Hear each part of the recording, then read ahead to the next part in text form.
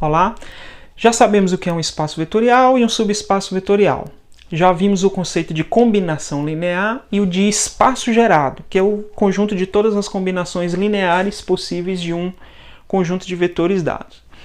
E a gente está nesse caminho para chegar numa definição, num conceito que já foi dito anteriormente, que é o de base de um espaço vetorial. Ou seja, a gente quer chegar num pequeno conjunto de vetores a partir do qual é possível obter qualquer outro elemento do espaço vetorial.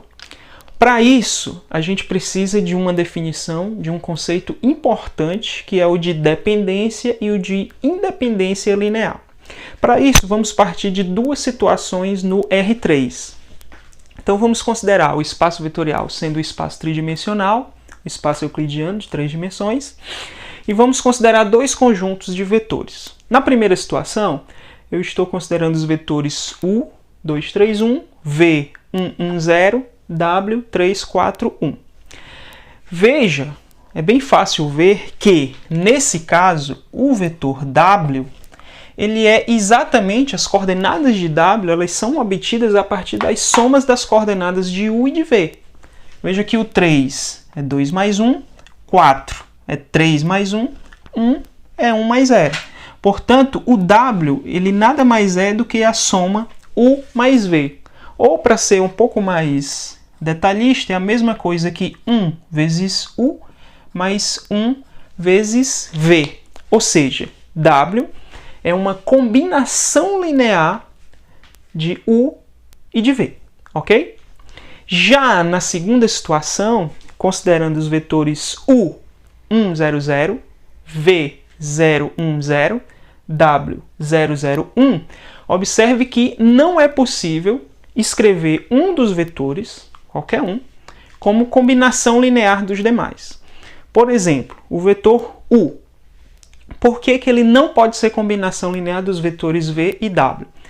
Veja que qualquer combinação linear que você tentar tomar dos vetores V e W, qualquer combinação, ou seja, multiplicar o vetor V por um número real qualquer, o vetor W por um número real qualquer, e somar, isso sempre vai resultar em um vetor onde a primeira coordenada é nula.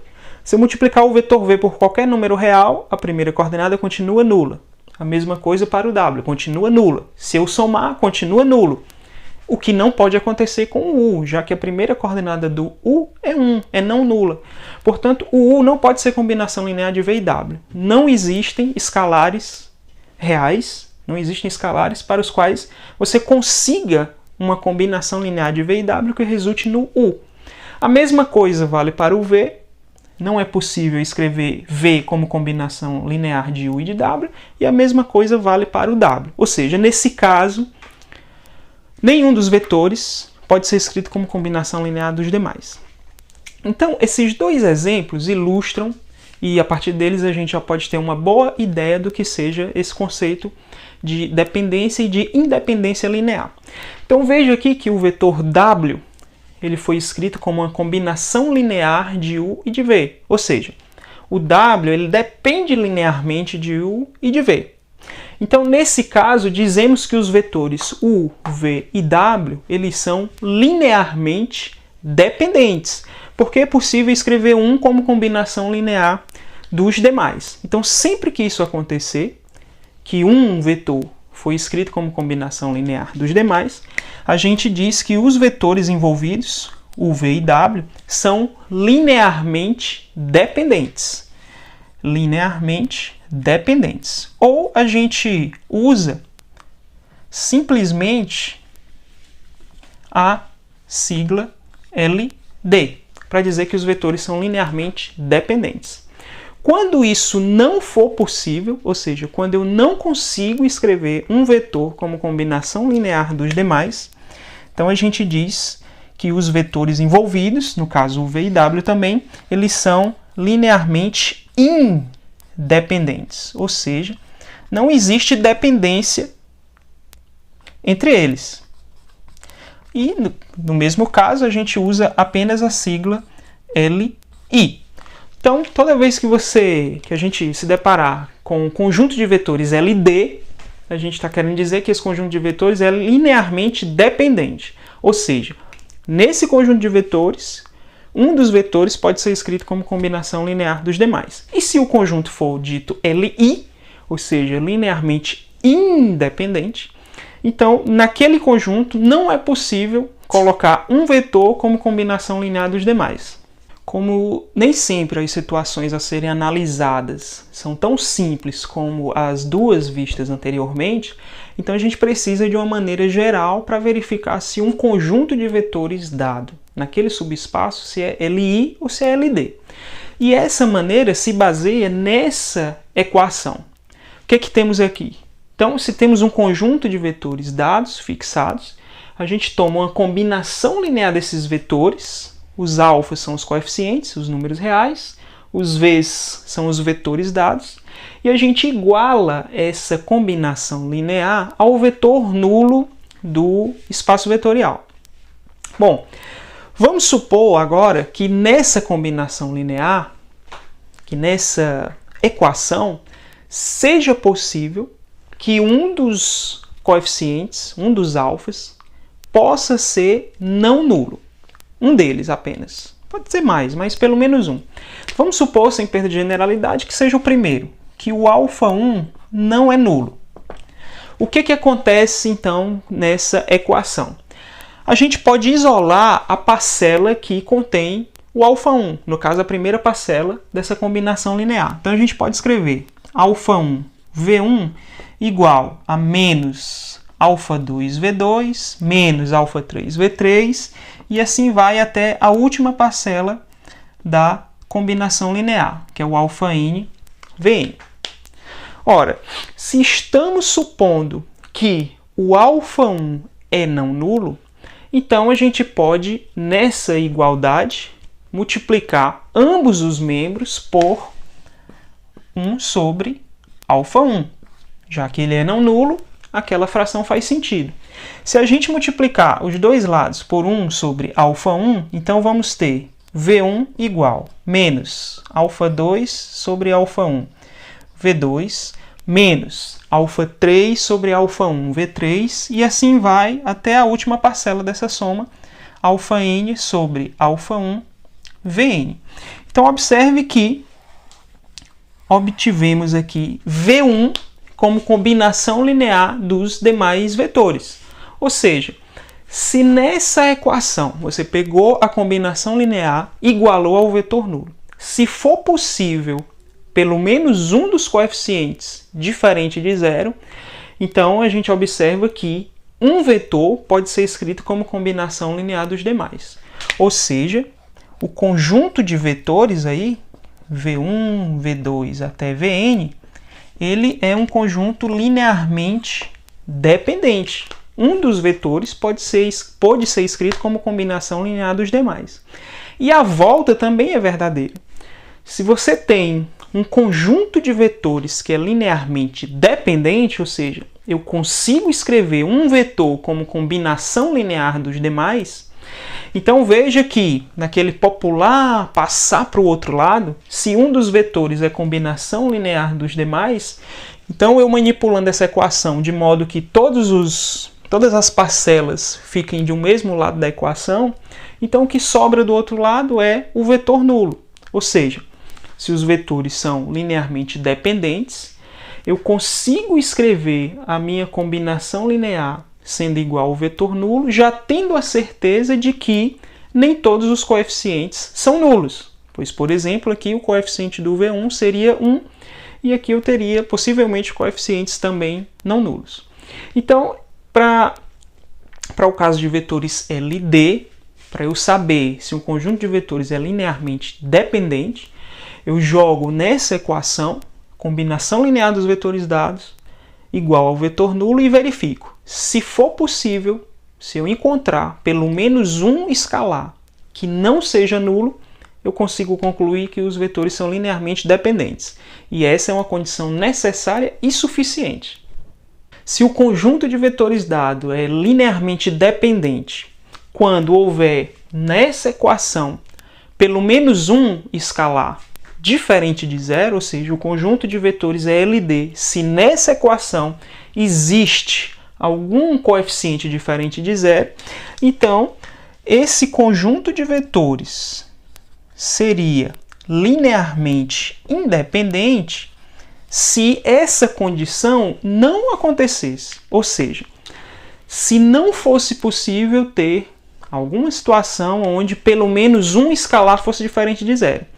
Dizer isso, então, é a mesma coisa de dizer que, nessa equação, a única possibilidade é que todos os escalares, todos os coeficientes, sejam nulos. Ou seja, cada um desses alfas tem que ser zero para que essa equação realmente, para que essa combinação linear realmente seja igual ao vetor nulo.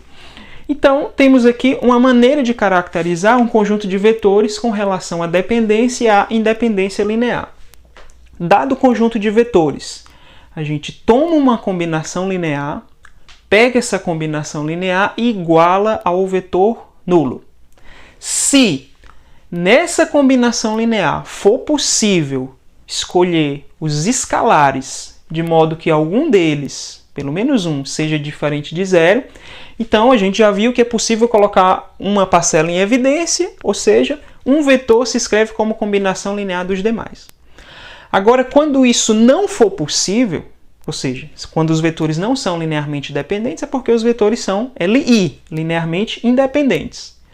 Se eles são linearmente independentes, não pode acontecer o que acontecia no caso LD, ou seja, não pode acontecer de um escalar, pelo menos um, ser diferente de zero.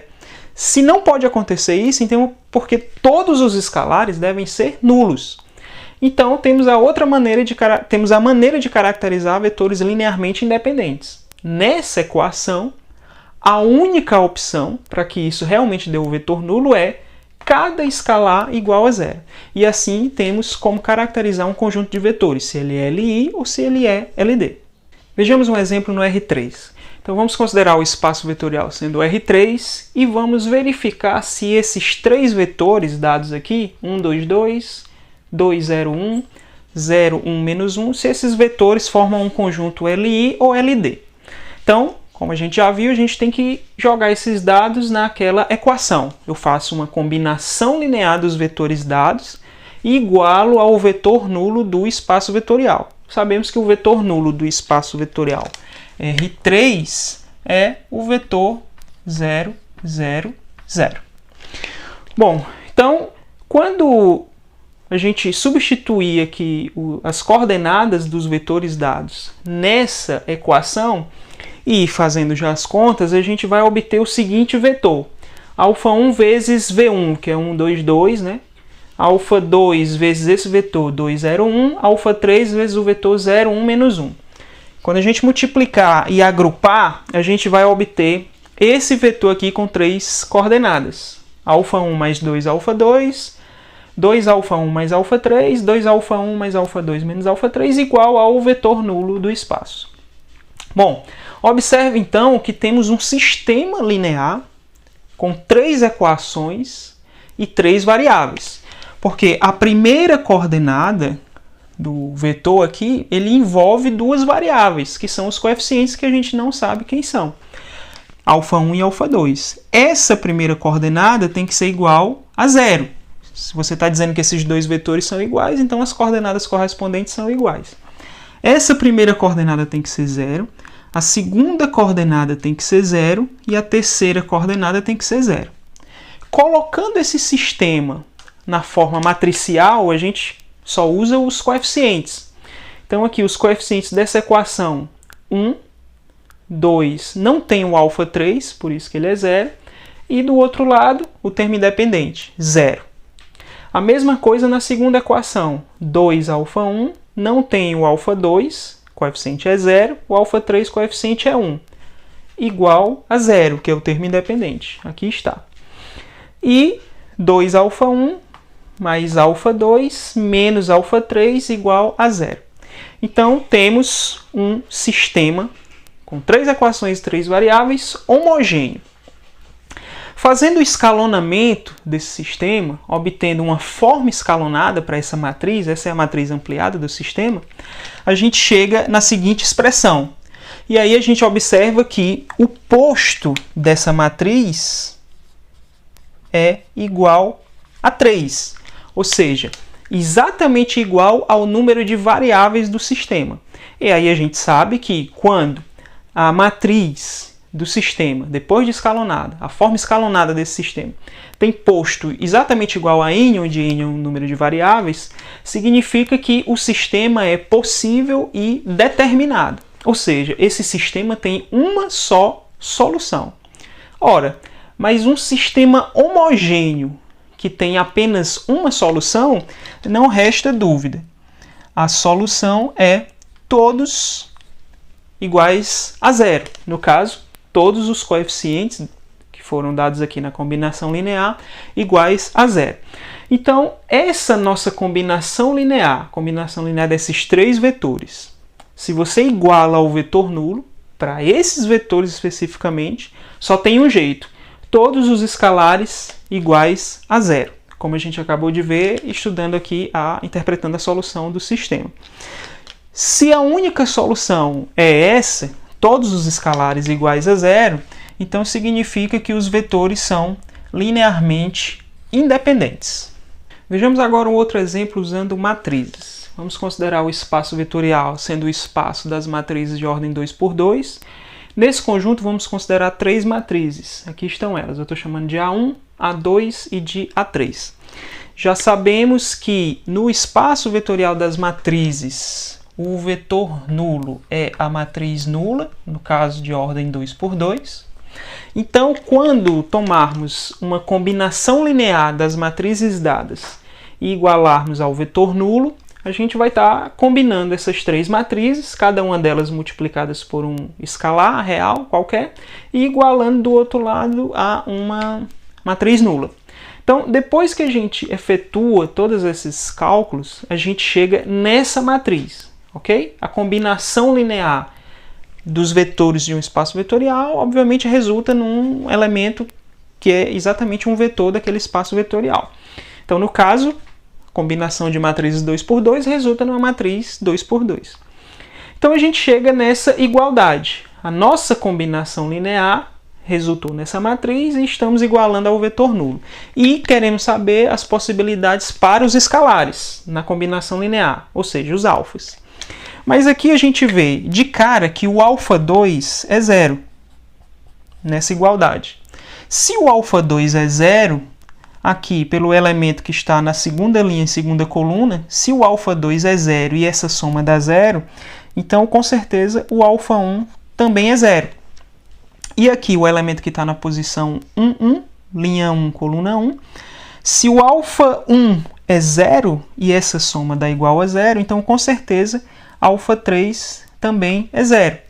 Portanto, nesse sistema, que envolve aqui os coeficientes do sistema, aliás, os coeficientes da combinação linear, a gente tem que a solução para ele, a única solução no caso, é a solução nula. Alfa 1 igual a alfa 2, que é igual a alfa 3, que é zero.